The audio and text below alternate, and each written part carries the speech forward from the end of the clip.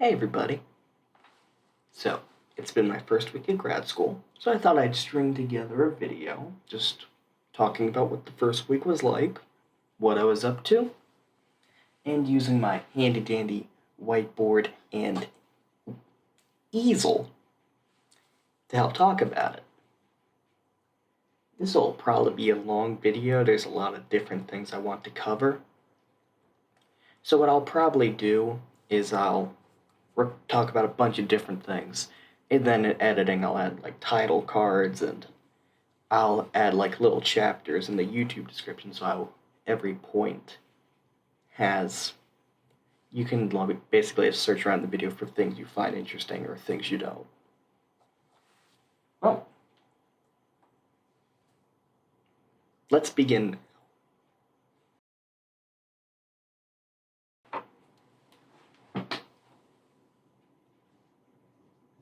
Culinary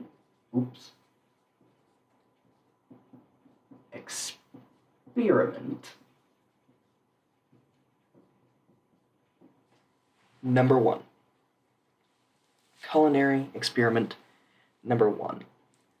So, as you may guess, living on my own, living away from family, living off of a meal plan for the first time, I have to make or find all my own food myself, and naturally this leads to some experimentation with like trying different things, trying new things, trying to figure out ways that I can make food that matches my demands and desires. One particular demand is cheapness, because I'm a grad student, don't have a ton of money to throw around. Another demand is relative ease, because I'm still not spectacular at cooking. And what's more, this whole semester I am coming home after 7 o'clock because that's when my work ends. So the question becomes, what do you want to cook after 8 o'clock at night? Answer, not much. So, in my first culinary experiment, I attempted to create 90-second chicken fajita filling. Or at least, that's what I'll call it. Now, what is the 90-second chicken fajita filling? Well, it fundamentally consists of two components. First,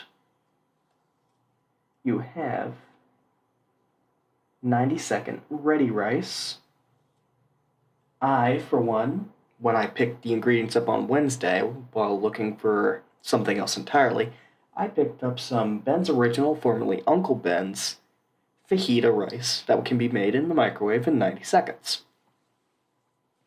What I also got was some great value Walmart brand fajita chicken. It came in a bag, pre-cooked. You could eat it straight out of the bag if you wanted to. I didn't want to. From here, the setup is relatively simple. You make the rice in the microwave. Then you open the top of the fajita chicken bag, and you add the chicken, and you mix it in with a fork. Baby steps.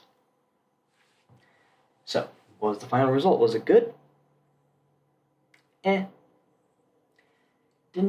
really love it. The rice was fine, and the chicken, when it was added in, added like nice little spicier areas to the Mexican rice. But still, it's just like painfully mediocre. Because while the Mexican rice was good and all, and while most rice is good, it's not something you just like eat in such large quantities without accompaniment. And there really wasn't a whole lot of chicken in the pouch. So really most of the time it's just like a rice meal and little bits of chicken here or there. And the chicken on its own didn't add much flavor. It's a little bit spicier than the Mexican rice was, but not much. Not much going on. So, very easy to make, perfectly passable as a meal, but fundamentally a mediocre experience and somewhat pricey for what you're getting. The rice, if I remember correctly, ran like $2 to $2.50, and the chicken was less, but it was pretty close. And then you add in the fact that Alabama has a freaking 9% sales tax, and this meal costs about $5. And frankly, while it's fine, it's not $5 worth of quality. So, first baby steps didn't go quite as well as I wanted to. But then there was the second culinary experiment. Culinary experiment number 2.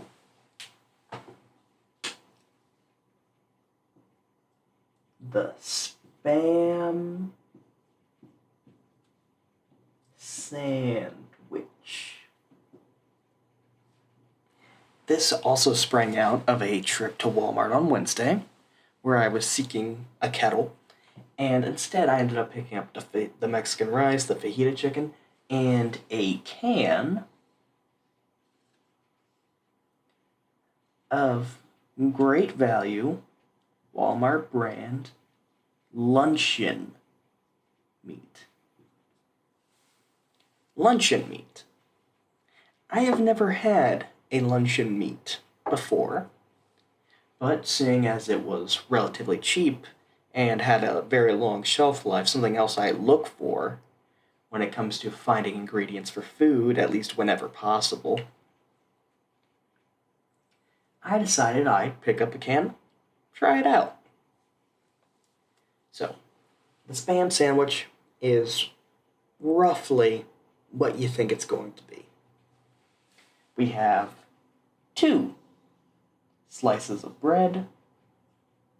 We have 2 slices of cheese. I don't have yellow, but 2 slices of cheese and some mayonnaise. That's just going to have to represent the mayonnaise.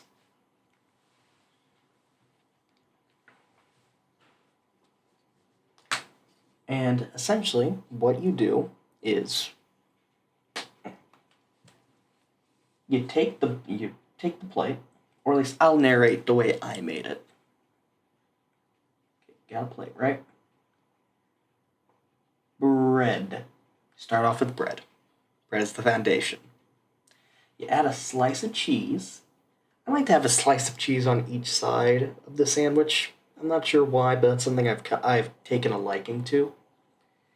Then you take the pull tab on the can of meat, and you realize a variety of things about Spam. Number 1, Spam out of the can is totally unappetizing. It doesn't even look like cat food. It looks worse than cat food.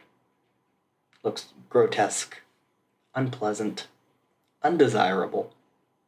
Ugh. Bad. But also, the metal lid does not roll back down, so it will just pop off and you'll be briefly confused before running to get some plastic wrap to put over the top before it goes bad. 3. Spam does not come pre-sliced. I don't know why I was under the impression that Spam would come sliced in the can, but it didn't. So when I pull back the lid, I try pushing around on the sides with the fork, trying to pull out some rectangles for the sandwich. And after a lot of poking around, I realized it's just one gigantic congealed block of pork. That's okay. We can manage. I slowly extricate the block from the can. Slice off 2 slices. and put them, well, first, because they're unappetizing looking, first I pop them into the microwave. My father was a little dismayed to learn that, but my roommate was using the stove at the time, didn't want to get in his way, and I didn't really want to go through all the trouble of like frying up something else the in the frying pan. I already used my frying pan earlier that day to fry some eggs. Still hadn't gotten around to cleaning it because the sink was full. You know how it goes. But yeah, run the Spam in the microwave for about 2 minutes. Pull it out, and well, first, the microwave was full of like smoke or fog or whatever first. So both me and my roommate, we were terrified just looking at it. It's like, oh man, this is gonna be a nightmare to clean, isn't it? Pull it open, smoke, fog dissipates, whatever it was, and I'm left with 2 very nicely browned little sausage patties. I try a little bit. I like Spam. I like microwave Spam. I'm assuming fried Spam would blow microwave Spam out of the water, but so far, microwave Spam, not bad. So after I put them in the hot box and bring them back out, slap them right on the sandwich, top it with cheese, and then spread some mayonnaise on the bread, like you do. Bread on top. The Spam sandwich. Relatively easy to make, perhaps slightly harder than the first experiment, but this is a culinary improvement in every conceivable way. The luncheon meat is cheap and delightful, synergizes well even after being put in the microwave with the cheese and the bread and the mayonnaise. Altogether, very positive experience on that front. Just relatively low cost. I really enjoyed it. Pretty easy to make, even after a full day of work. Good on me. I think I did quite well on this one, the Spam sandwich. Second note, I offered my roommate some of my microwaved Spam because I enjoyed it so thoroughly. And he is Iranian, so he doesn't, have access to pork on a daily basis back home. But he said no, and he looked and he became the most excited man I've ever seen as he reached into the fridge and pulled out a package of bacon that he's going to be making in the morning to try it out for the first time. I can't wait to see how that goes. But yeah, second culinary experiment, Spam sandwich, cheap, easy, enjoyable. Good work.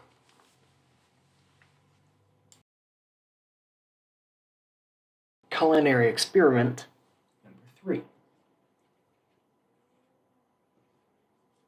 Mac and Cheetos.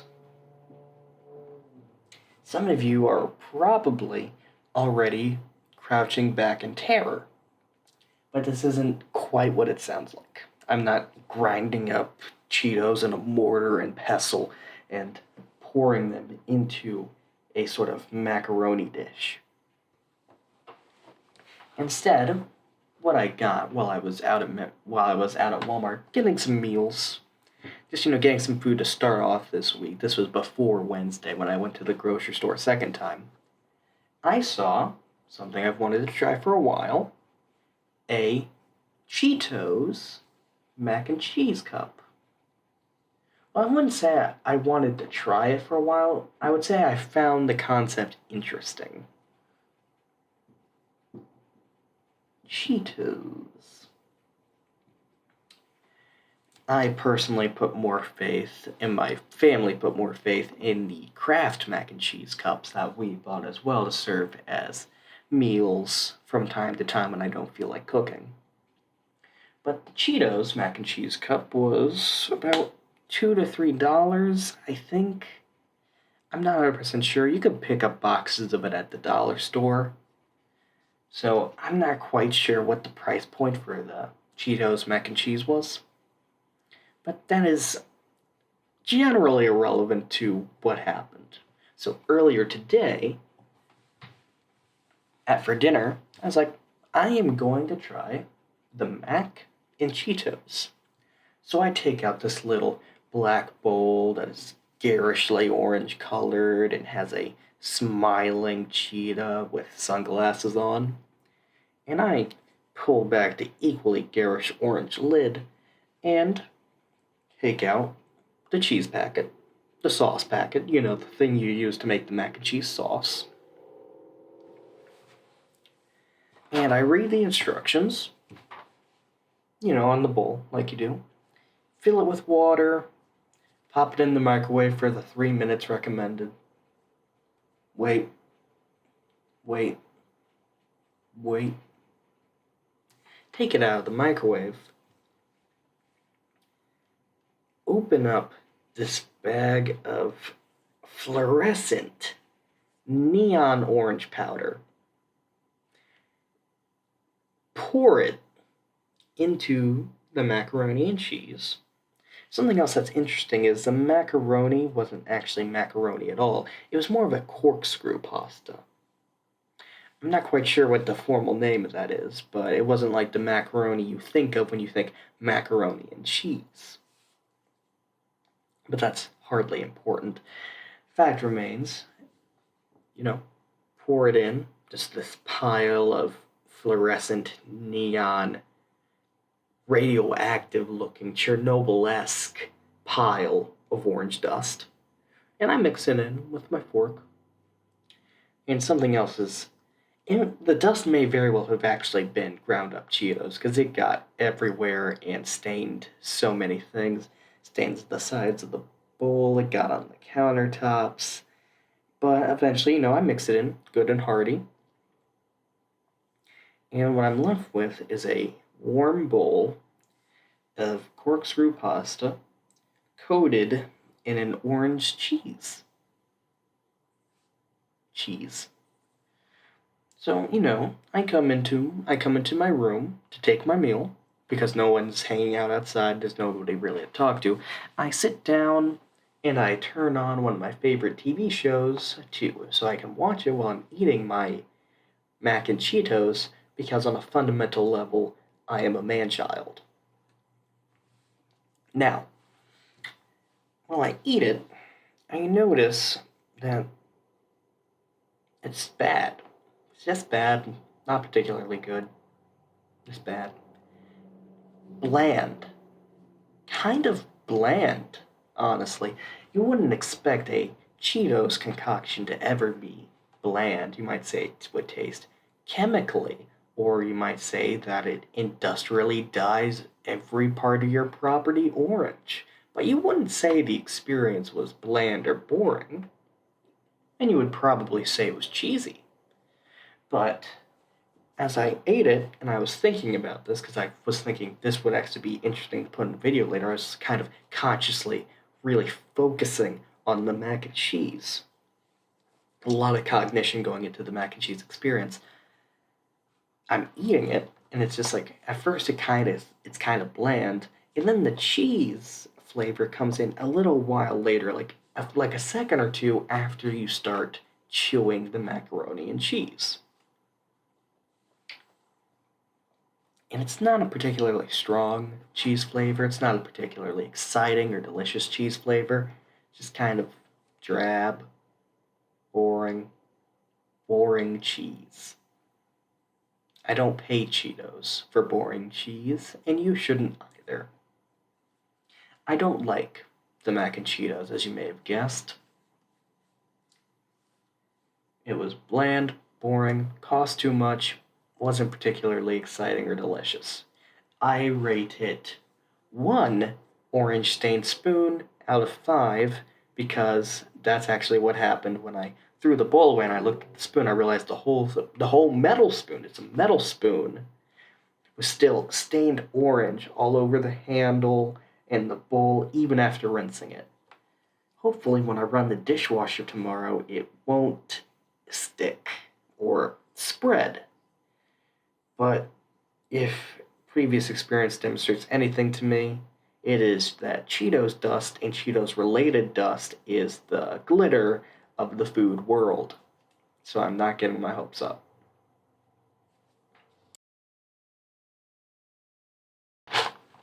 My final culinary experiment log is more telling a story of necessity and acts essentially as an advertisement. You see, one day, while I was, waiting for my next class, I realized I hadn't eaten. So I walked down to the nearby restaurant on campus and discovered that it is backed up by hundreds and hundreds of students. Non-optimal. Non-optimal. So, I don't know what to do. So I walked back and I decided I'll just wait. I'll just wait till later. I'll be hungrier because I'm already hungry. But I'll wait and get food later, after class even, maybe. Of course, that's an hour or two away, so that's not going to be a happy experience. And then one graduate student, she shows up and she has a box. And she asks me if I have a knife to open some packaging on the box. And I do, and I ask her what it is. She fills it with water, pops it in the microwave. It is a microwavable ramen that she picked up from the on-campus convenience store. And I say, well, might as well. So I hop on down to the campus convenience store and pick up one of these babies. This, my friends, is the Nissin Chow Mein microwavable ramen. Teriyaki beef flavor. You have chow mein noodles, bok choy, cabbage and carrots, and a packet of sweet teriyaki sauce. So, I grabbed it at $2.30, which I cannot believe they feel okay doing to college students, because I picked these up from Walmart at 88 cents a meal. And they are positively delightful. Cannot recommend it enough. This is a full stop ad for the Nissin Chow Mein. Teriyaki beef flavor and the chicken flavor, which I had on Tuesday. But yeah, thoroughly enjoyed. Convenience-wise, it beats every other ramen I've had because you can microwave the package directly. All you have to do is remove this outer layer. You don't even need to save the outer layer because directions are right on the interior lid, the interior packaging, which is very helpful.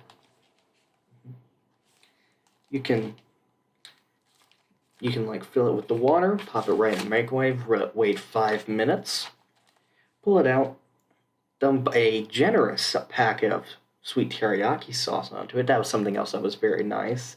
They give you a good quantity of sauce for the noodles, really coats them evenly and well. You mix it all up, and you have a truly substantial, delightful meal. Again, full stop, Nissin Chow Mein. Sponsor me, please. This is fantastic, highly recommended, at least as far as ramens go.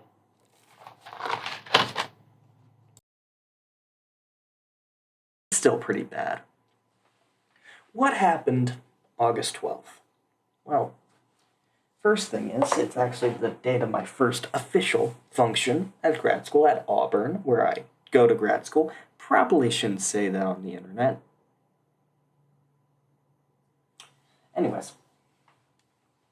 So, first day. Well, it's not the first day class, but first official event occurs at 8:30 in the morning. Wrap your head around that. Trying to get a bunch of 20-somethings to get up at 8:30 to get up to go to a place at 8:30 in the morning. But at 8:30 there is the graduate breakfast.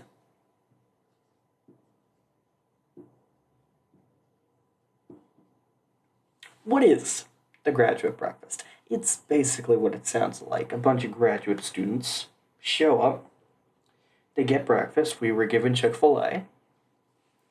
And you wander around a bunch of tables and you learn about all the different services and clubs on the campus. It's kind of like a college fair, but you're at college and you're not going anywhere. Graduate breakfast. Anyways, so we're walking around. Well, I'm walking around. Other people are walking around as well.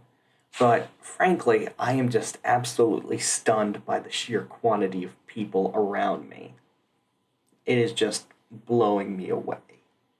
There were hundreds of people there, and I know I didn't even see all the graduate students because I left relatively early.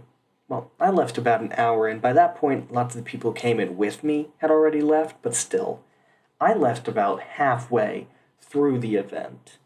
It was a come and go reception, but still.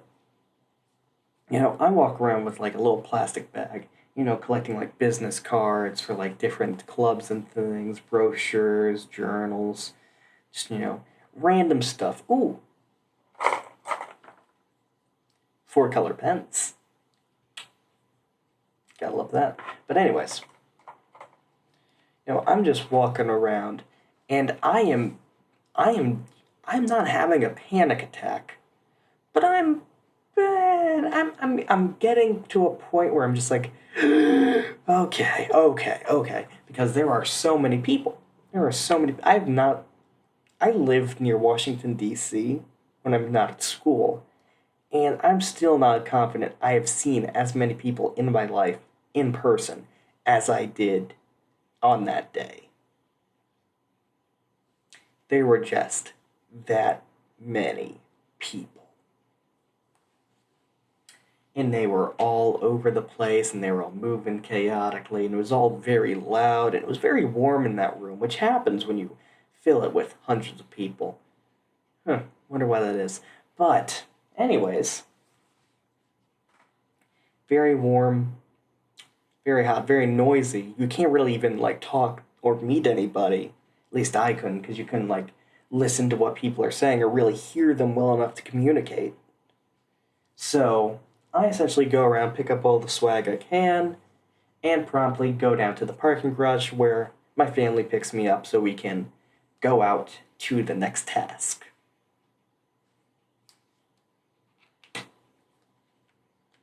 I believe it is around 10:30 to 11. We'll say 10:30 to 11-ish. Man, I probably should have left more room for the timeline. But 10:30 to 11-ish, I go to see my apartment.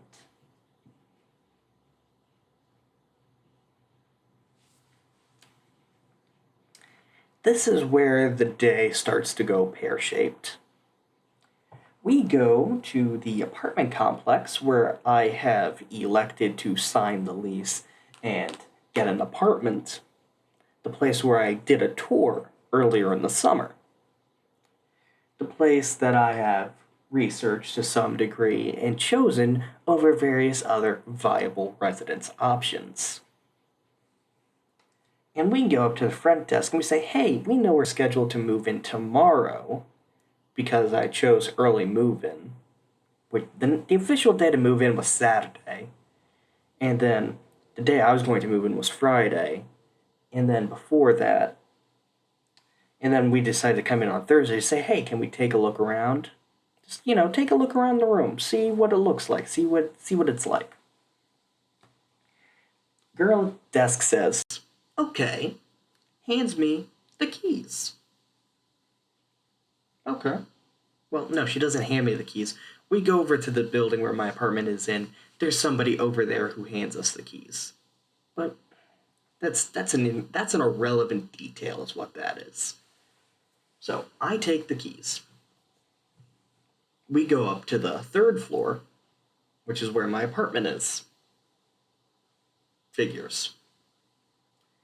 But, we go up to the apartment, knock on the door. No one's in. Open the door. And, first things first. Door covered in pollen and dust. I was thinking, okay, a little dirty. Nothing I can't deal with. Close the door. Me and my family, we all came to look at it together. Mom, dad, my sister. And, we go in. And 3 feet in front of us, the newly renovated apartment's floor is coming up. It's like this sort. They sort of had like a. It sort of had like a hardwood veneer over the floor. I'm not even quite sure how to put it. It was kind of like a plastic covering over a tile. I'm not 100% certain how to put it. But the point is, it was coming up, and it was like 2 to 3 inches off the ground. It'd be pretty easy to trip on, and that was right in the entranceway and going into the kitchen. So, I was thinking, okay, we'll talk to management. We'll talk to maintenance. We'll get them in. This will get fixed. It's not a big deal. Not a big deal. So, we walk by. We're like right out of the entrance. There's the kitchen area, sort of like a kitchenette, I would say. Mom decides to look in the fridge. Fridge smells weird. Closes the fridge. We don't look at the ceiling of the kitchen. We don't look at the vent of like the duct for the airwork next to the kitchen. We keep walking. The kitchen is attached to sort of like the communal living space, which is filled with all these boxes of my roommate's stuff. There's a projector screen on the wall. There's a projector. There's a box full of there's like an instrument box, musical equipment box, I'm assuming. That was like 7-8 feet long under one of the tables. I don't even know how he got it up there, come to think of it. But that's not important. Got a box full of political lawn signs, which, is never a good sign. Even if you like the candidate, you're still like, okay, why do you have a box of these signs here? Maybe you're a little too devoted to this. Maybe you need to get another hobby. No, I don't like it seeing like just a box of signs. I feel like it's off-putting to me. But, I'm thinking, like, okay, there probably is more to the guy than just, like, a box full of political lawn signs. And, if there isn't, and he's just kind of a jerk, I can ignore him. You're not required by law to talk to your roommates. So, we push past all of his, like, over his music box and his like, sign box and the projector setup and all the clothes all over the couch. And we go into my room. And when I open the door to my room and, like, swing it all the way open, even I, who is not known for being particularly observant, can tell things are wrong. And my parents and my sister pick up on it even faster than I do. So what happened? So what was wrong? Well, floor covered in dust. I want to keep in mind that they said, people would be coming in to clean up the place before I moved in. So, floor, carpet covered in dust. Not optimal. Not the worst thing in the world. We go into the bathroom, and the toilet handle is hanging out of the toilet. Can't really flush with a toilet handle hanging out of a toilet, can you? Answer is no. No, you cannot. Well, you could a little bit, but it was really finicky. Really finicky, and you shouldn't be dealing with finicky things when you're in the bathroom. We checked the showers. Shower is weird. Water's weird. Check the sink. Water's weird. Stopper's broke. Like, totally busted. Will not, you can't even, like, pull it up to cause it to drain. It is just, like, locked down tight into the sink. So we're thinking, okay, this isn't an optimal place to live. But, again, they could probably get it fixed, right? Well, we go back into my room, into the bedroom space, and, well, screens in the windows, for like birds and bugs and things, all torn up. All torn up. Screen is just like base is almost not there. It's bad. It's real bad. Windows are totally like fogged up, like they're dirty, like they're yellow dirty. It's not like oh specks. It's like what happened on the outside of this building. My mom is like looking around for things and she finds four loose nails just in the carpet. Imagine that, just like, you're just like walking around your bedroom. Oops, loose nail in your foot. That's not good. We look behind the door, we close the door for a bit, and I realize one of the hinge pins for the door is like, it's almost out of the door entirely, really. It's like, okay, so hinge, here's where you want the pin head to be, roughly, right?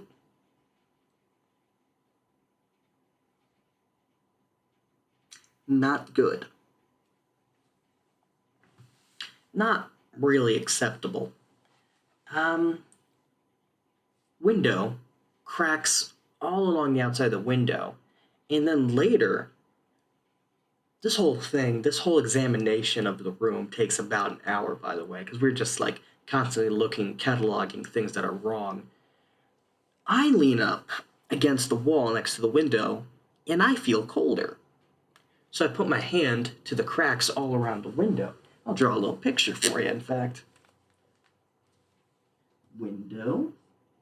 So like cracks were like all along this side. I put my hand right out here-ish, and I realize I can feel the air coming into this apartment. The wind is coming in through my walls. That's not good, is it? So, we keep looking around. We find more and more things wrong. Bathroom vent, at least for me, absolutely choked with dust, covered in it. Just no air is getting through whatsoever. It's not even moving. It's just like choked up that bad. We find in the bedroom walls were all like horribly like stained. There was just like paint stains everywhere. There was tape stains everywhere. Paint peeling off the door and the walls all over the place.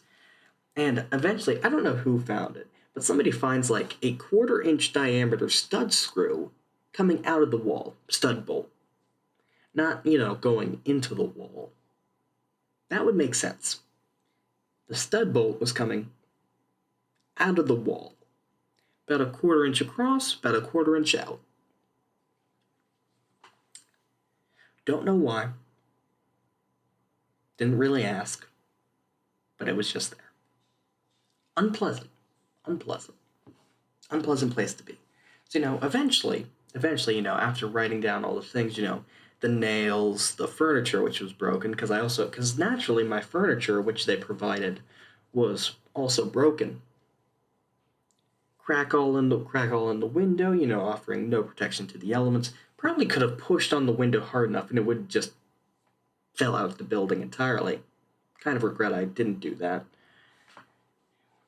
Screens all torn, water not working. We step out.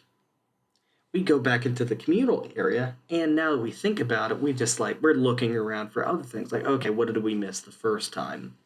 Because this is not good. Floor's coming up in more places. There's paint stains on the floor, there's paint stains on the baseboards. Baseboard is coming up in a few places, cracks all along it. We go into the kitchen, countertops like all messy and stained. Cabinets all messy and stained. This isn't a big deal. Those aren't big deals to me. I can live with that. We look up at the vent. This is me looking up at the vent. A lot of black stuff up there, huh? There was a lot of black stuff up there. We turn on the light, and there's just like this black mold-like substance, like all in the vent grate and all across the top of the kitchen, probably stretching over like a anywhere from a 5 to 7 foot long stain along its longest dimension. I'm allergic to mold, by the way. I feel like that's relevant here. Makes it, hard for me to breathe. So, not an optimal experience, not an optimal place for me to be. Parents are overlooking at, the, air conditioning grate for, the whole apartment, the air conditioning and heating grate is all choked up with this stuff. This one, too, is all choked up with dust. It's all covered in, grease and oil and dust. So, just air's barely coming in through that either. Window screen in the communal room's all messed up. Windows messed up. Water in the kitchen sink's kind of jacked up too. And we call the office. And I tell them that, I'm not particularly pleased with the condition of the apartment. And, even though I signed an as-is addendum, which they required for early move-in, I was under the impression that some sort of care was going to be provided. Some sort of, basic level of maintenance. That's what they told me.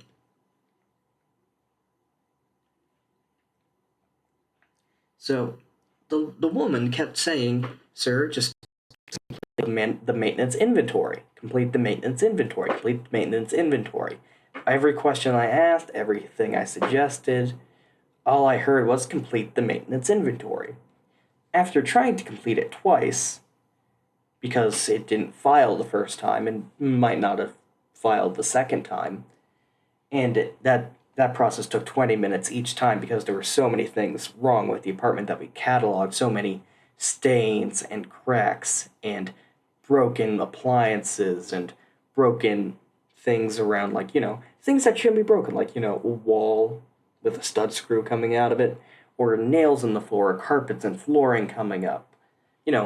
After spending all that time writing down, actually not even every single thing that we found, we go down to the office itself.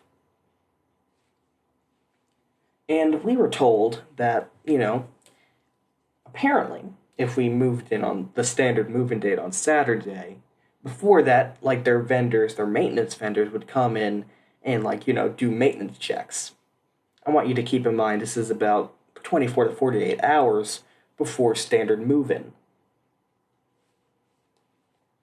So I'm just looking at her, I'm just asking her, and she was not answering. "So you're telling me that the maintenance crew would fix this in 2 days?" My parents already, they feel like this is a breach of trust. This isn't what they signed on for. This wasn't the rooms they showed. And not even in the, okay, you have to decorate yourself kind of way, more in the, this does not look like the same structural quality. My parents already want me out of this place. I'm trying to make it work still at this time. So, I keep asking her, "So you're telling me in 48 hours the maintenance people would fix all these problems?" And she just keeps saying, "Fill out the maintenance form." And she's starting to get a little pissy. Well, she was pissy from the get-go. She's getting pissier. Because I will admit, I'm angry. I'm behaving a little irrationally. I'm getting a little pissy. And, it just becomes a feedback loop. It's a negative thing. But, she's not answering any of my questions. She's not even pointing me to, the property manager. So my family just says, "Screw it. We're heading out." And we go to get lunch. We get lunch at a place called Nuke's. It's a sandwich deli place. It's pretty good. I didn't really enjoy it. But that's because, I had the sword of Damocles of where the hell am I going to live for my graduate school program hanging over me. But, that happens from time to time. Meanwhile, my sister is just furiously Googling residence laws in Alabama and trying to figure out how we can get out of the lease. Because the one thing the lady did tell us is that technically we can't get out of the lease. Because the only way they can terminate the lease is if I re-let it to someone else. I have to find someone who will replace me in the room. I'm not going to find someone to replace me in that room. I morally object to myself or anyone else living in that room. I don't want it to happen. So we're just like, so my sister's furiously Googling Alabama property laws. I'm just sitting, just like, just kind of staring at a wall, trying just barely to keep things together. Mom and Dad are trying to be reassuring, and good. That's a good credit to them. It was very nice of them, but I'm gonna level with you. I wasn't in the space to hear it, just because I'm just again, staring at a wall, angry, sad, angry again. This isn't what I signed on for. We were so close to everything going okay, because like whenever we move somewhere, there's always something that happens. Whenever I like move somewhere, there's always like some little wrinkle, and we're just like, crap. And we always got them resolved, but still, we were so close to like a flawless thing. Whole graduate week went great. Before that, everything was doing all right. We were okay, and then this happens. So after a lunch at Nuke's, we have to figure out what to do. We go back to the place. We go back, we talk to a new person who is altogether more helpful. God bless him. He was the guy who handed me my keys. He hands us the business card for like someone at like corporate in the company that manages this rental property and others that we can talk to about our problem. At this point, my sister has deduced that, legally speaking, the apartment would be declared uninhabitable by the state of Alabama. Just a little fun fact for you. So, we have the business card, and Mom says to me, like, okay, so what you need to do is, like, you need to email them later. We'll email them later. Like you send it to the corporate people, you also send it to your mom and dad, just so that way everybody's in the loop on what's happening. We also visited an apartment complex nearby, the one I'm in now, in fact. Spoiler. But I have to get back to school because at 4:30, actually at 4 o'clock, I have the Sexual Harassment Prevention Barbecue. Now I know what you're wondering, James. Why would they have a sexual harassment prevention presentation and a barbecue mixed into the same event? I have no earthly idea. I try not to think about that too hard. We show up at 4 o'clock. You get a pretty standard Title IX presentation. We're all graduate teaching assistants, and because we are teaching assistants and technical faculty, we are now mandatory reporters under Title IX.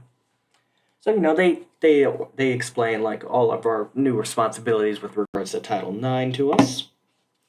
Pretty standard stuff. And then we go out back after about an hour-long presentation to the barbecue. Barbecue! Anyways, also, tons of graduate students here. This was just like the science department, physics, chemistry, mathematics, etc. And we're just there. And we just walk outside. Also, it's been raining this whole day. It doesn't rain while we're there, but it was raining the whole day. So, we go out under the tents. The whole ground is squishy and muddy. And, we're in line. We get our barbecue. And, probably about 100 or so people there. So, it takes a while. I sit down at a table with two guys. I'm trying not to name people, just because, I'm not sure if they want to be named. But they're math graduates, and, I talk to them. One of them's from Vietnam. The other's from Pennsylvania. Bit of a difference there. But, I get to know both of them. They're both math graduates. And one of them leaves early, but the other one I hang out with when we go to the next thing, which is sort of like a department orientation. And I'm going to level with you, most of the department orientation I missed, because that was at 6 o'clock roughly. And by that point, I'm a dead man walking. This alone, these two events alone, took it right out of me. Just because, there was so much stress, so much anger going on, especially with this one. So I'm just barely clinging to like, consciousness at this point. So it's like 6 o'clock. I sit down next to the guy I met at the barbecue, only person I know in the math program at this point. Well, that's not true. There's some other people I met earlier, but I forgot their names and didn't know them at this point. We sit down, we watch like an hour and a half long presentation. I can recall very little of it. But, I'm just like, it's over. And like, mom texts me, like, hey, we're here. We can pick you up. I'm just like, oh, thank God it's over. I can just go back to the hotel. I go back to the hotel. You know, I write out the email. I try and handle the things I need to do to the best of my ability, do some school oriented chores, check emails, ask some questions of some like faculty just to like get my bearings straight. And then I turn in at like 10 o'clock, which is very not even 10. I turned in at like 9 o'clock, which is very uncharacteristic of me. I typically go to bed around midnight. And that gives you a sense of just like how tired I was and just how down and depressed I was. I was just like, I got nothing else to do. There's nothing I want to do. I'm just going to go to bed. So, showered, pajamas, bed, just laying there. Learned that my sister sprays lavender on her pillow before she sleeps because she got some in my face. But I really can't overstate how stressful the apartment thing was. Because I go in there, and first off, it's bad. It's bad. It's like, it would have been the worst place I ever lived in. Period.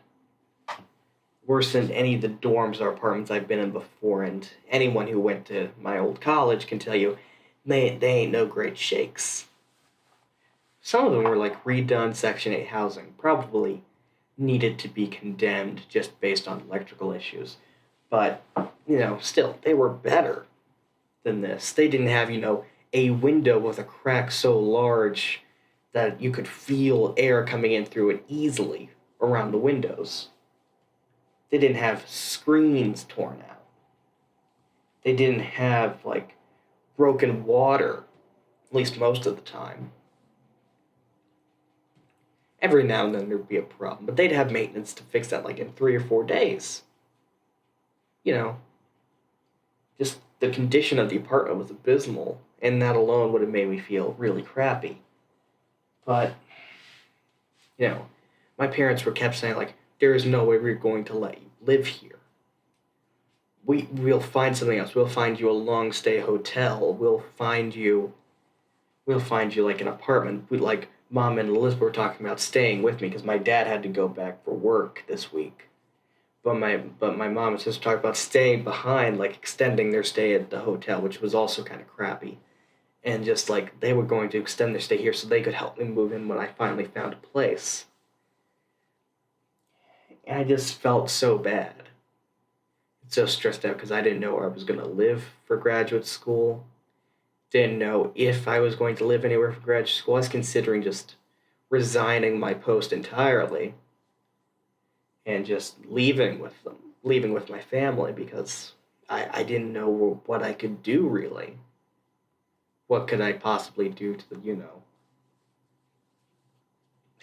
to live and like be productive as a student? It was scary. It was scary and it made me sad and angry because I feel like I failed because I didn't see the problems ahead of time. Because I didn't see the signs. Like, something we realized as we were driving around after the fact is if you looked around, every single window, it seems, has tears in it. You could see, like, they were just gouged horrifically and none of them were repaired. You can just see that everywhere, and that's just something we didn't even notice when we did the tour earlier in the summer. Didn't really check, well, we checked some review sites, but we didn't check enough because if we did, we would have learned that the place recently changed its name because it was undergoing a lot of lawsuits, had a lot of negative press. Just have a lot of regrets about how that turned out. Eventually, and by eventually I mean the next day, we toured an apartment at a separate apartment complex, the one I'm in right now, in fact. Toured the rooms. They seemed lovely. Of course, they did the first time. But, we talked to them. We were able to, see the rooms. They had spaces available, especially in, a 3 by 3, which well, a 3-person apartment. Nice thing about a 3-person apartment is they had dramatically lowered the rent, like 100 or almost $200 below the price of the first place. I have to pay a little bit more I have to pay for a few more utilities, but still savings is going to be pretty nice. And we were able to find a place the next day to move me in, and my dad was talking about paying just the rent for the old place if we couldn't get out of the lease. But the corporate manager essentially let us terminate the lease. We were able to get out of it. At some point, I should contact them to see if they're ever going to give back the $520 I paid for first month's rent, which I did not use. But honestly, at this point, I don't even care about the money. I'm just happy that I'm here, not there. And I'm happy everything turned out okay. My parents didn't have to stay and my parents didn't have to stay afterwards. We didn't have to try and find a long-term motel or whatever else. I'm just happy, I have a place. And it's a good place. My parents still weren't in love with it because it had some problems when we came in. But compared to the old place, this looked like Israel. This looked like a promised land to me. And I'm happy with where I am now, and I'm happy we were able to get out of it. But I was just so stressed and so angry for that day and the next day. And that's why, basically, Thursday, August 12th, wasn't the worst day of my life, but still pretty bad.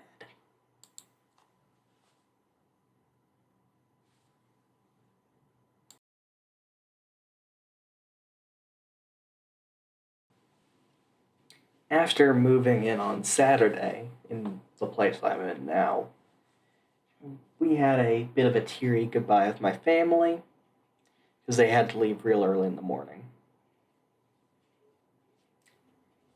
Sunday, I don't really remember how I spent. Mainly just moving things around in the apartment. They left some things packed for me to do myself, so I could just organize it my own way. But Sunday, I don't really remember much of. Food-wise, I think I had sandwiches, Pop Tart. Not sure what I did for dinner, but that's not important. Because this is about the first week at grad school.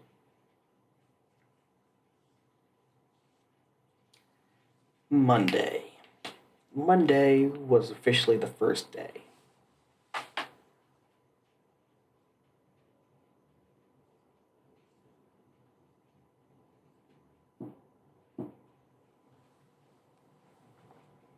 What happened Monday? Well, I looked at the events app because I'm trying to meet people. I'm trying to be sociable. I'm trying to be a productive member of society. I want to give back to my community. Community. That's a place for cows, a community. But that's not important right now. Monday, I look at the events app and I see a thing for a free breakfast. I'll pack up all my stuff. I'll go to campus early so I can get myself a free Chick-fil-A breakfast.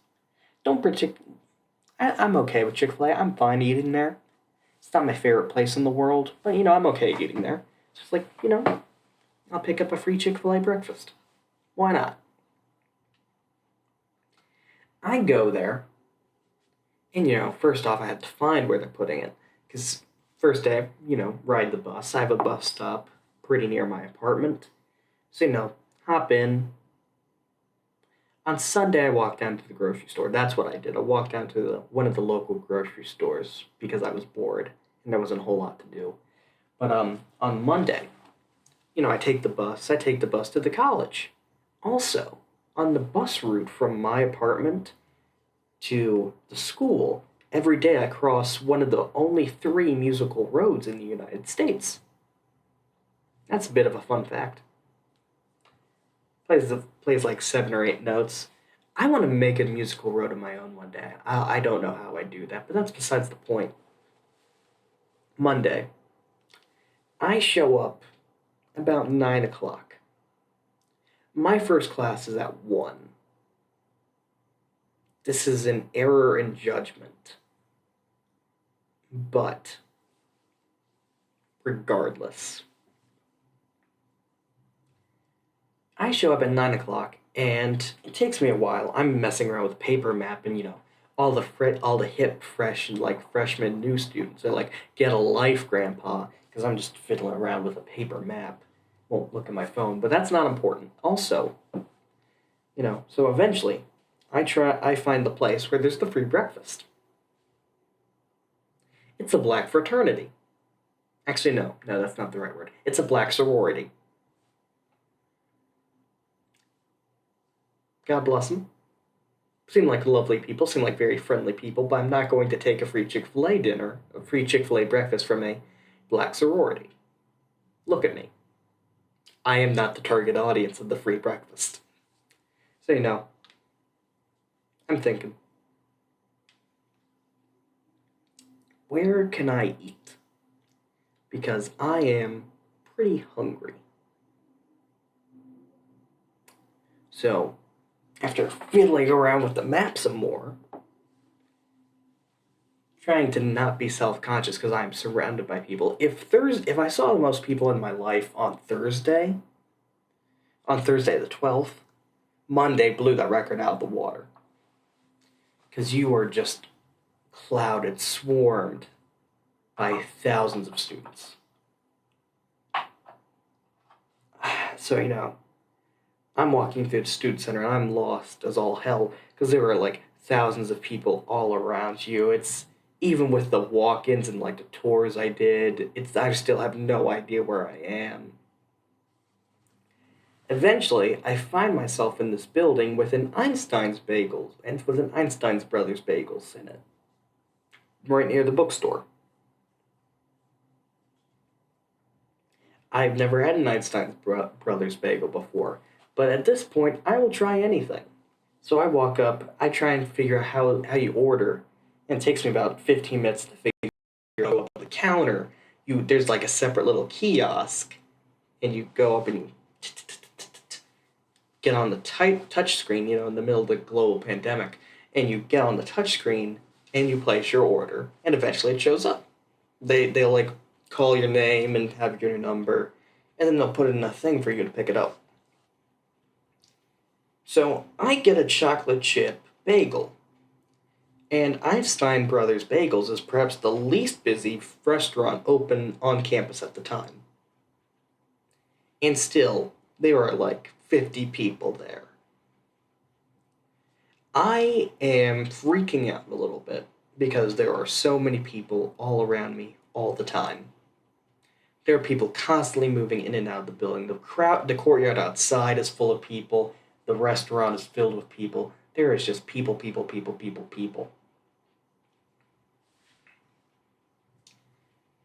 Eventually, my chocolate chip bagel comes out. It's like 15 minutes later, which isn't bad given how many people there were. It just felt like an eternity because I was just surrounded by people I don't know, and it was like kind of freaking me out. It was also very warm in there. So I just take the bagel and I blitz out of there to the courtyard, find a quiet little bench so I can just eat my bagel and regain some sense of composure. I don't know why. Apparently, I didn't ask for the bagel toasted. Untoasted chocolate chip bagel is not the most pleasant experience in the world, but I wasn't complaining because, again, I was hungry. So then, the question becomes after eating my bagel of victory, what now? Because at this point it's maybe 10 o'clock, and it is still 3 hours until my first class. There's a reason I don't go to class on Mondays at 9 o'clock. There's not a whole lot for me to do. Regardless, I go to the library because I figure, like, oh, library, that'll be a nice, calm place. Right? Right? It's not. Not even close. The causeways, the concourses to the library is absolutely choked, glutted with people. Just like, just everywhere. Just like there's all these like people just swirling around me. And I'm barely keeping it together because I'm just like, I'm just not used to that sort of thing. I get nervous at parties. And here I am, and I'm surrounded by thousands of people I've never seen before in my life, and a great many of them I'm consciously speaking, I'm never going to see them again. Because I'm not going to remember them, so every time I see their face, it's like I'm seeing it for the first time. But eventually I make the walk to the library. Already, it's 10 o'clock in Alabama, and it is grotesquely uncomfortable. But it will get worse. I go to the library, and the library is choked with people. The entire front half of the library is filled with people on every possible surface. They're at every every surface. They're on every chair, every table, every bench. They're on all the steps. They're moving up and down. They're moving all around. They're doing tours. The school is doing tours on the first day of school. I would question the wisdom of having a tour on the first day of school, but I don't make the rules, do I? So I'm just trying to find a quiet, peaceful place to rest, rest, take my allergy meds, you know, check my email for the day, just make sure I'm not missing anything. Do all that. So I sit down at the Panera Bread, so entirely choked with people. But at this point, I'm fine because like at least it's relatively quiet. Find a little corner off to the side, and I'm just working. Find my email. Oh, gotta print something out for graph theory tomorrow. Printing is different here. Like, if you're from my old school, you know how it works. Like, basically, we get like $8 a month at my old school, and you can just use that. You can just like use that to print things. You just like send a document to like a paper cut like cloud sort of deal, and then you can just go to a printer. It'll print it. You can like swipe your card. You can print it out and pick it up. Easy, easy enough. At Auburn, you have to like you either have to have sort of like a prepaid printer card, or alternatively, you just have to slide your credit card into like this kiosk thing that's like right there. And that really took some getting used to. Well, getting used to, I'm not used to it. But still, it took me a while to feel comfortable with just like, really? I'm just gonna like take out my bank card just in the middle of this crowd of people and just boop, put it in the printer? Okay. But eventually I got over myself and I was able to boop, put it in, get my things printed, and, get it over with. But it was just like, it was just crazy to me. That was just another thing that took me by surprise. Because why wouldn't you have, like, some amount of free printing for your students, I don't get it. I really don't get it. Also, the prices are a lot higher here. It's like, well, sales tax for them, they're probably just accommodating for that. But anyways. So now it's 10:30. Time is moving like a snail.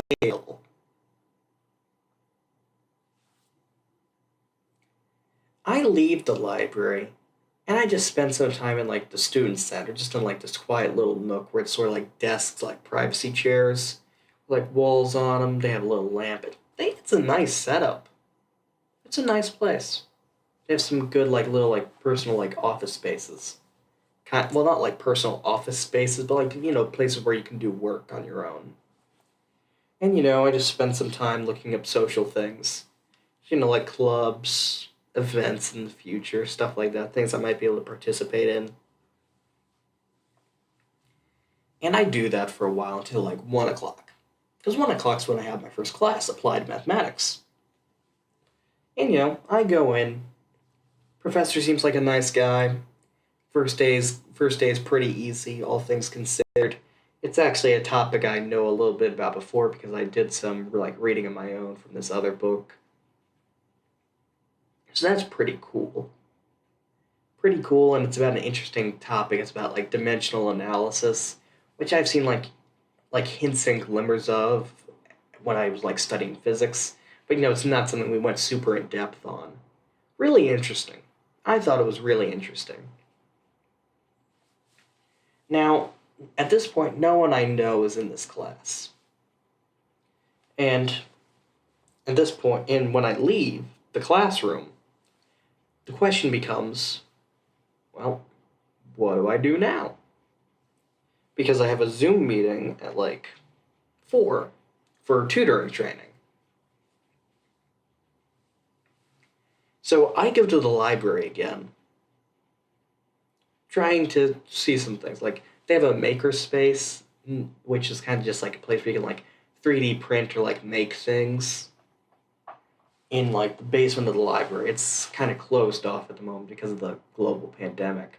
But, I go to check that out, just, see what it is, see what it's capable of. I go around, trying to find interesting books, trying to find some books about recreation. Pick up one, it's like an anthropological study of magicians. It seems interesting and just maybe a little too formal for my tastes. I'm not sure. I might just turn it in. I'm not certain at this point. I got it right here. But anyways. So I'm in the library. I'm just like, I should probably head back to the buses, right? So here's the thing about Alabama. It rains.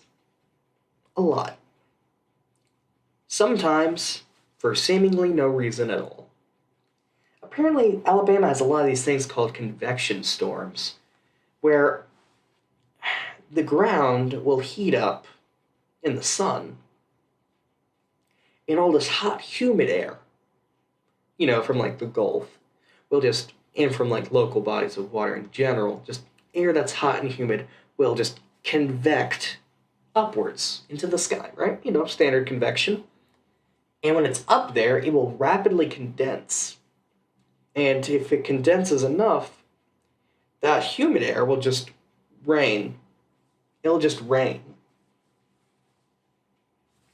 So just on any day in the summer, it can just rain, just out of nowhere, essentially.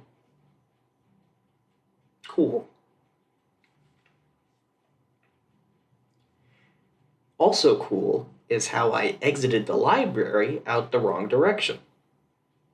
I knew it wasn't the direction I came in from, but I thought I'd be able to navigate my way to where I needed to be. I was wrong. So, I walk, I have no idea where I am. I check my map, I'm like, okay, I must be here. I'm not there. I keep walking, and eventually I find like, a bus stop. I'll go see if this has a bus to my apartment. Because I don't know the bus schedule. I don't know where the bus stops all are. So I go to the bus stop. And I look at the list. Nope, not my bus. And what's more, in the time that I stood under the shelter and read the list of buses available, it started pouring down rain. Joy. I'm not sure if it was Monday or Wednesday, but the wind and the rain got so bad that my umbrella, which I was using, was bent entirely out of shape by the wind. And then 30 seconds later was promptly bent right back into shape again. I don't remember which day it was, but it was something that happened. It was utterly surreal. So, I'm just like taking my umbrella and I'm just like trying as best as I can to make it through the rain to my bus stop, which is probably about a quarter of a mile away, in one of the worst rainstorms I've ever had the pleasure to be in. Joy. Not the best first day. I come home, I come back to the apartment, I put down my laptop, I sign into the Zoom meeting, and pretty standard stuff. Just talking about like tutoring techniques, the things they recommend. Not a whole lot specifically.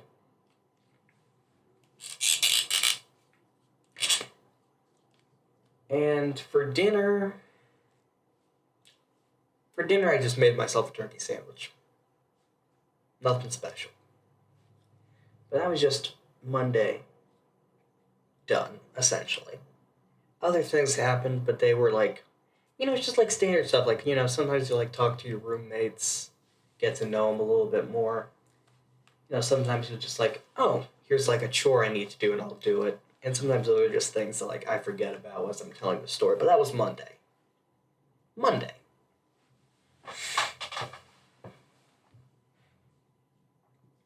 Tuesday. On Tuesdays, I need to be at school at 9 o'clock.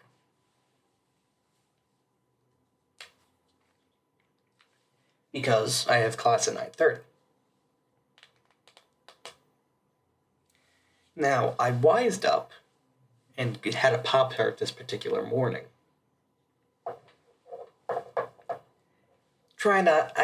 Free food's nice where you can get it, and that will come into play late in one of the later days. But you shouldn't try and rely on it, because sometimes you're like, events aren't going to occur, or like you'll miss them, or sometimes you'll just be too profoundly uncomfortable to try and get the free food. These things happen. I have a Pop-Tart. I get on the bus. It's supposed to rain again today. Joy. Musical Road. Do. Real analysis class. Real analysis is fine. It's not my favorite subject of math. I find it kind of dull. But I can see why other people find it interesting, and I'm not going to lie, it is important. And I'm glad I'm studying it now. But it goes by, more or less without a hitch. Not much to say. Graph theory. Graph theory, I like. It's a good subject. It's something I do enjoy. And class goes off without a hitch, mainly just review. Not a whole lot going on. And class ends at 12:30. I have a tutoring thing in person at 4, a training thing. Same problem as yesterday. What do I do with 3.5 hours? Getting lunch at the Chick-fil-A, which is totally choked and slammed with people, only takes me about 30 minutes. So I spend the next like couple of hours just, up in one of the workspaces again in the student center, because I'm not walking down and back to the library again. I walked around a whole lot on Monday. Like, that's something I don't think I conveyed well, but there is a distance between all these different places I have to go to, between like the student center and the math building and the library. And when you're lost and when you don't really know an area, that just multiplies distances. So I was just walking around a ton on Monday. I was very tired. So Tuesday, I just go into the student center. I just find a place, sit down, watch some YouTube. Just like try and find some social events on the social calendar. Try and read some emails. Try and find some clubs to join. Sorry, I've been talking a lot and I haven't drank any water in a while. But that's what I do. Just looking for social events. Eventually I come back to, the tutoring thing at 4 o'clock in the evening. 4 o'clock in the afternoon, evening, doesn't matter what you call it. So, we all are being instructed on how the tutoring center is going to work by one of the professors. And it's all a lot of it's pretty standard. And lots of grad students who used to work as tutors come in, they talk about their experiences. They're pretty standard. There's nothing I'm not used to. It's like they'll talk about like some of the things they've heard, some of the questions that have been asked them. I'm just getting like flashbacks to when I was in a tutoring center for like undergrad. Because people are the same everywhere. And it's just like there's just like I don't want to say that there are stupid questions, but there are questions that make you sad. Because if someone asks you that kind of question, it's very clear that someone has done them a horrible disservice in their education, and that person should not be allowed to teach. Or people shouldn't be allowed to teach. If you're at college level and you're taking like calculus, and you still don't fully understand how adding fractions works, I'm not going to blame that on you. I'm going to blame that on all the teachers before you who just did not take the appropriate time or effort to teach you that. And that's a common problem.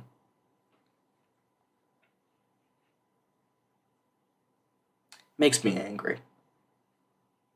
Makes me angry when I think about it. And and it's always bad when I'm angry in a video, because like I get quiet when I'm angry. And this is fundamentally a medium about talking. But they talk about their experiences, they talk about the questions asked, we do some like examples of like what to do, what not to do, stuff like that, right? Pretty standard. And again, at this point, I barely know any of these people.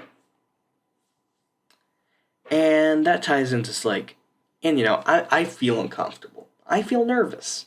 They're perfectly good people. I recognize that now. I recognized that then.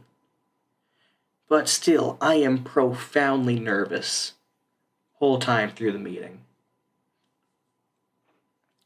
Very anxious, very low self-esteem, very self-conscious. Tuesday isn't a particularly good day, because that continues even when I go home. When there's a pall over you like that, when you get really anxious and nervous like that, that hangs around for a while. But on the bright side, I got free pizza out of it. We had pizza for dinner after like the tutoring thing. So that was nice. Didn't have to make anything. But that was good. Did get to know some more people. Did get to meet some people who were tutoring, get some contacts for people. More positive experience.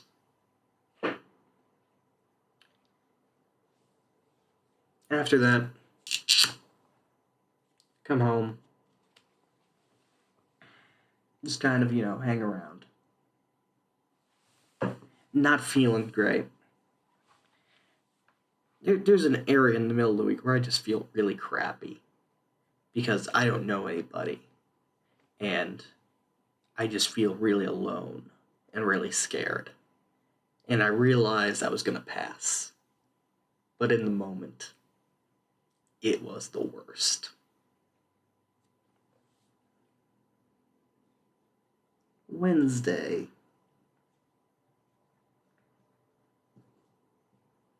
Wednesday is probably my belly of the beast day. Because, not making the mistake of showing up to school at 9 o'clock in the morning. So that just means I sit around in my apartment. Because my roommates don't really leave their rooms a whole lot. I'm just here alone, essentially. Alone with my thoughts, because I have nothing to do. Literally nothing. There's not even a homework yet. So I'm just sitting. Just, trying to keep my mind off, being nervous, being anxious. Trying to keep my mind off things like that, like missing home. Not really succeeding. you just kind of do that thing where you just like click YouTube video after YouTube videos, like, or like you just like browse social media and you're just trying to like keep your mind off. You're trying to replace it with other things, but really, it's still there. So it just sucks. So it just sucks anything you could have gotten out of that experience, like right out of it. So I was just sitting here, you know, you know.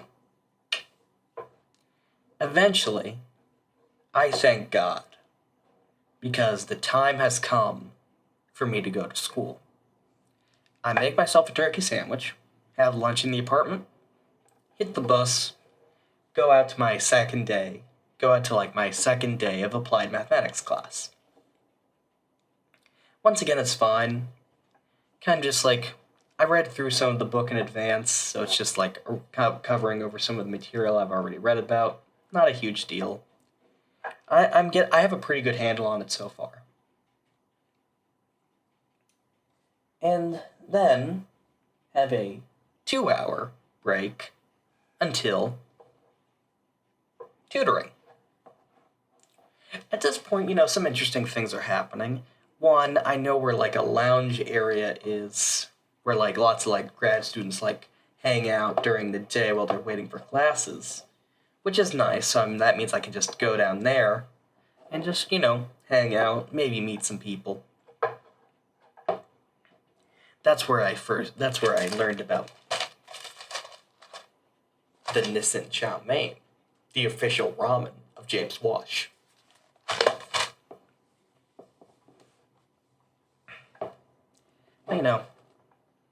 I just hang out down there for like 2 hours, which doesn't do wonders, honestly, because it's kind of like, even with the windows, it's kind of a dark room. You're underground, at least partially. I did meet some people. I did meet some grad students, and that was cool. I was able to talk to them about a problem they were trying to figure out, and I was able to help them out a little bit in my own way, and that was cool. But eventually time comes for tutoring. First day of tutoring, not just training. And first day is dedicated to like getting everything together. Just because like we're gonna have people tutoring in Zoom, we're also gonna have people tutoring in person. There was like this whole subplot sort of like through this first 3 days where like they handed me like an iPad and a pencil for like Zoom things for like teaching online, and I don't really want those because I don't like borrowing people's technology. It makes me feel very uncomfortable because I'm extremely paranoid that it will break. So that was just like hanging over my head through these 3 days. Eventually I'm able to hand it back in. I think it was a Wednesday when I turned it back in, and that was nice for me. But so, first day of tutoring. We're all on the Zoom call just to test it out, see if we could get all the tutors in. We can. We're all just in the room. And we're in the room for 3 hours. And nothing happens. Well, that's a lie. One person shows up for tutoring. One. And, she and her tutor, they go off to their room. And the rest of us are just sitting in this absolutely frigid room with nothing to do, no one to see. And for most of the time, we're not even like talking to each other. Just because, like, maybe it was just like everybody was kind of nervous to start. I don't know. Don't really care, but that was a really negative moment for me because already I wasn't feeling particularly well. I was really self-conscious, really low self-esteem, and then like, no social interaction, and then just like, in a freezing cold room, it takes a toll.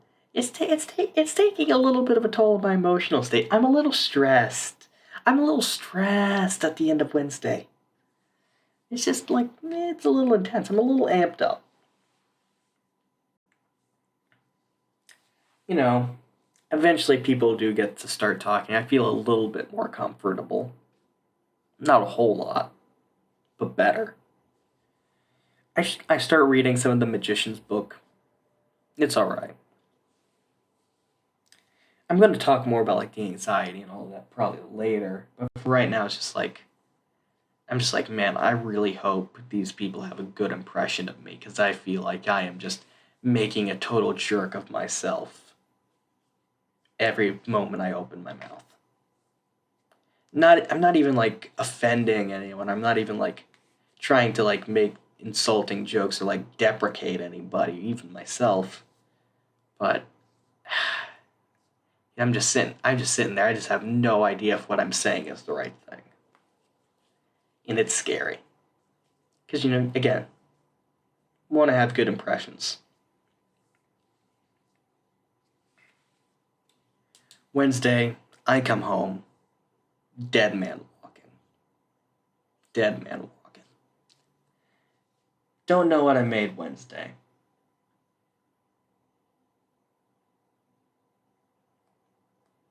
Yeah, that's where the story ends from Wednesday. Thursday.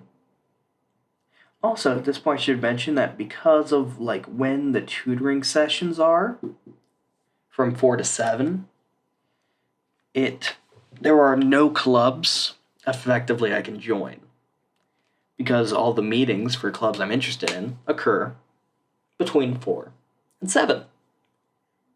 And I can't really stay later than 7 because bus service stops at 8.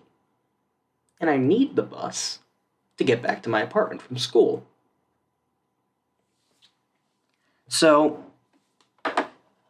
at this point, there's just a lot of things buzzing around my head. I'm anxious about meeting the people I'm tutoring with.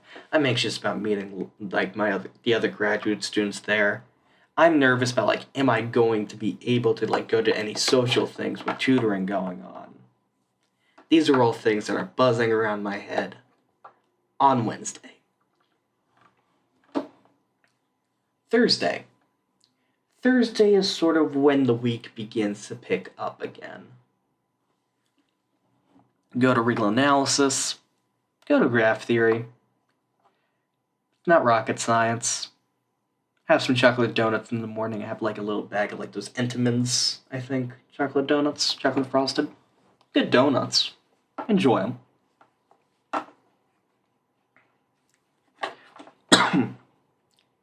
Thursday, I think I bring another. Do I? Yeah, I think on Thursday I bring another ramen thing just because I enjoyed the first one so much. I picked up some at Walmart. Eat that for lunch. Get to talking. I get to talk to like one of the people I tutor with. She's great. Not gonna name her here.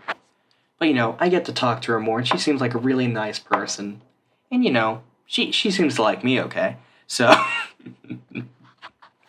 So, we just kind of hang out for a while in just like the basement like lounge, waiting for tutoring. When it's finally for tutoring, me and her and some other people, we're in like the same sort of like room. Because we separate into like different rooms. So, 3 to 7, nobody comes in. I get to talk to her and 2 other guys who are in the program, and just generally, it's pleasant. It's pleasant. I'm starting to feel better because I'm starting to form relationships with people. And that's always the most important thing for me. Wherever I go, I have to meet people. If I don't meet people, I am a wreck. But we just between the 4 of us, we talk about our interests in like food or movies or whatever else. We just have a pretty good conversation with this one guy about chess and Go. And that was pretty fun because, I don't know many people who are interested in those things. Even as a maths major, which is kind of odd. You think more people would be into it, but... Anyways. But, talk to those 2. One guy goes to Liberty. I asked him if he ever saw the My Pillow guy. He did. Didn't particularly care for him. Did get a free pillow out of the deal. Can't argue with that. So that's tutoring. I just talk to people. And slowly, but as they always do, other people slowly pull me out of my head. And it's nice. Thursday's a good day.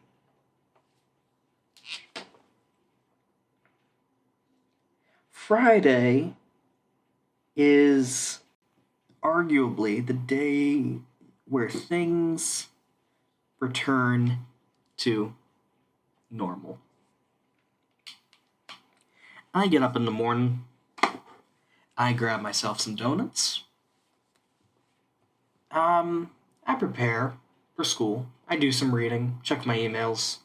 Finally, I'm able to list my availability and for tutoring, because they have to be able to check in for it. The students, I mean. So I'm able to finally they iron out some of the tech issues so everybody can get involved. I do that. It took me a little while to figure it out, but I do it. Hang out in the basement for a while. Get to meet some more people. Get to talk to some people I already know. I'm starting to become a more normal James. I'm not trying so hard to be funny. I'm not trying so hard to be nice to people. I'm not trying so hard to be outgoing. I'm just being me. And it feels good because it's nice when you're at such a mental state that you're not nervously scrounging to be someone you're not. It's pleasant. It's better. It's far better. Not much happens Friday. Friday something did happen. So Thursday, day before, start returning to my normal self, and after talking to my parents and them not being too terribly enamored with my tight-fistedness, they tell me that I should buy lunch on Friday. And, again, just I was trying to keep all my meals below $5, which I recognize is a little bit irrational. But it's just, it's just something that I wanted to try and do. But, they tell me, James, just go, just buy food. You have enough for the whole semester to get lunch every day. So just do it. So I say, sure. So I just, I messaged the grad student group me. It's hey, anybody want to grab lunch tomorrow? Some people say yes. And I managed to meet up with them. We decided to go to the Chick-fil-A at the Student Center. I placed my Grubhub order in advance so I'd be able to just show up, pick it up right off the rack. Because I've done enough waiting in the lines for Chick-fil-A on campus already. It's a lot. It's so much. So I show up. I take out my phone. I put it where they tell me to put it. I tap the thing. It's not working. I wonder why it's not working, because, I placed the order, I paid for it, I put in the promo code that would make everything cheaper. By all rights, should be working, right? Well, you see, here's the problem. This is the stadium for Auburn. It's pretty big. It can hold 40,000 people? I'm not quite sure how many people it can hold. It can hold a lot. It's a big stadium. Student Center is here. Chick-fil-A is around here-ish. I sent the Grubhub thing to the wrong Chick-fil-A. Non-optimal. So I choose to go to the one Chick-fil-A I know of that's on campus, the one other Chick-fil-A. It's up here. And I want you to keep in mind that this is actually probably substantially larger than the area to a football field. And this distance I've underestimated is probably a good judging by the pace I was moving, the full distance there and back would be about a half mile in Alabama on a day when the high is 90.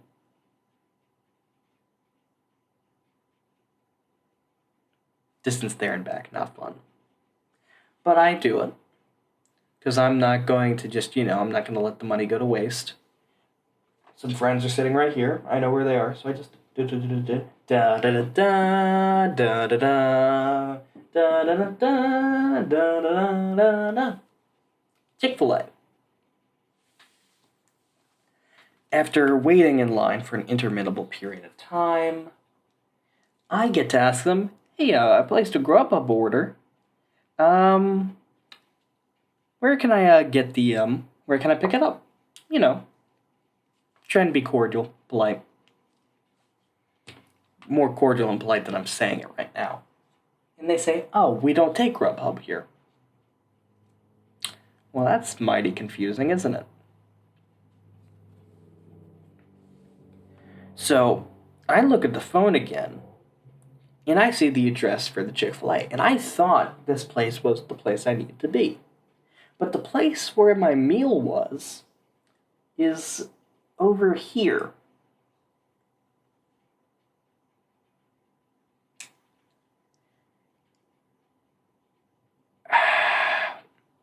That's basically what I did. I just sighed.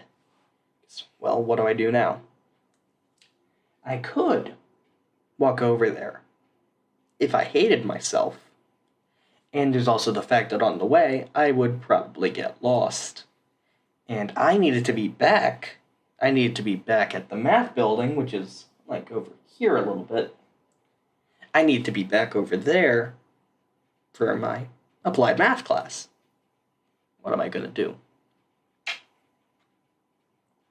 So I'm just walking back. I just say, screw it. I'm just going to reorder it here and just brave the line and hope I get through in time. When I see over here an engineering building, and there's tents there. And originally I was walking to try and find the Panda Express, because there's one there too, and I thought, okay, I'll just order food there, because the line would be smaller than it is at Chick-fil-A. I'll just eat the loss of $5, and then just, get food elsewhere. And I passed by an engineering building. An engineering building having a welcome back program. A welcome back program with a buffet. So, I do a quick cost-benefit analysis. Panda Express costs money. Still about quarter to half a mile this direction. I'll have to wait. Engineering buffet. Free. Right here. Can walk right back to where my friends are. Don't have to wait on anybody. And no one's going to question if I'm an engineering student. Because when people say the word engineer, my face is the face that people think of. I am the face of every engineering department. I am the nerd. So I walk from the back of the program. I crashed the event. I just walk right up to the buffet, grab a plate, grab 2 buns, put hamburger on each one, grab some cheese, grab some ketchup, grab a bag of chips. I was going for Doritos, accidentally grabbed some Fritos and didn't realize my mistake till later. That might be God punishing me for crashing an engineering event. I'm not 100% sure. And I grab a bottle of water. And eventually... I go back to where my friends are sitting. Have a lovely lunch. Get to meet some new people. Have a good time. Lunch was good. I mean... the whole journey thing was not optimal, but it's an interesting story in its own right. Improvise, adapt, overcome.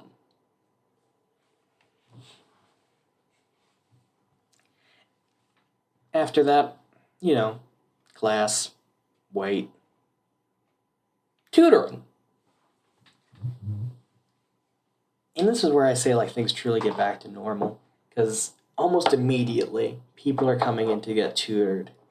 and I'm able to like, I have an appointment, so I'm able to like work with somebody, and then I get to work with like, so like first guy I meet with is for calculus 2, and then calculus 1 is getting absolutely slammed with people. There's just so many people, so they call me and James, can you please help us out with this? And I go and like I'm in person. I've been in person this week, so I say, hey, sure. I get to run over to another room. I get to do tutoring on limits, and they're really good at picking up the people I was working with. They were just like really good about it. And then I tutor a guy in like business calculus, which it's basically just calculus 1. I don't know why it's different, but that's not terribly important. But I get to spend like probably like 2 hours tutoring, and then 1 hour I just spend like socializing with people. I just get to like talk with other people, get to know some people. I played my first game of Go against somebody. The guy was really complimentary. He was a good teacher. He was really nice. And I don't want to overstate our relationship because I'm not sure he would say we're friends. I'm not sure I would say we're friends, but we're on good enough terms to play Go together. And that's nice. It's nice to have that with somebody. It's nice to start feeling like I am building positive relationships with people. Yeah, get to play Go, get to talk to some of the other tutors. All in all, Friday's a good day. And for like first time, and then for like, Thursday I was feeling better. Friday is probably like first day where like I go home and I actually feel like really happy. I'm just like, man, today was a good day. First week was kind of rough, but I'm glad that I'm here and I'm sticking it out. Excuse me. And it's really cool and like everything's like wrapping up.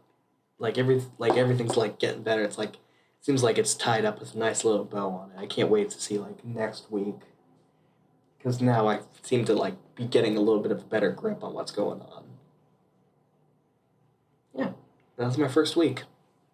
Started off lost and confused and scared, and by the end of the week I was crashing engineering luncheons like it wasn't a thing at all.